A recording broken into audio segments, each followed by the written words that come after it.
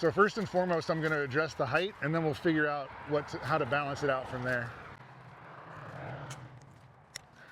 Now we are making some fairly big cuts here, but what we're doing is we're essentially topping the tree, and we're encouraging more growth down below where it's a little easier to get the fruit.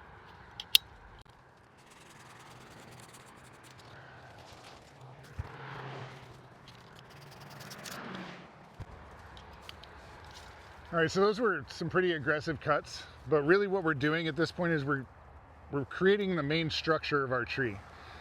This is obviously a multi-leader tree. It's not just a single leader up the middle, but it has several branches. So we're just trying to figure out how we're gonna have this tree shaped over the next couple of years. So by bringing this down, we're encouraging it to grow this way versus straight up.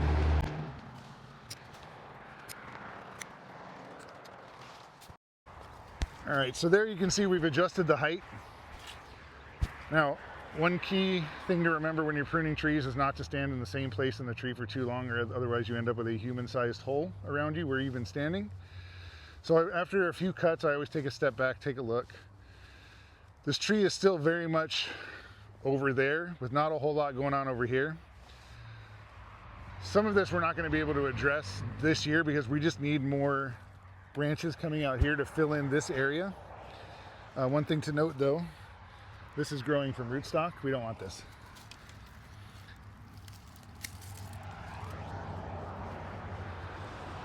So I think for this year, we're gonna leave this tree as it is. We've done the big pruning.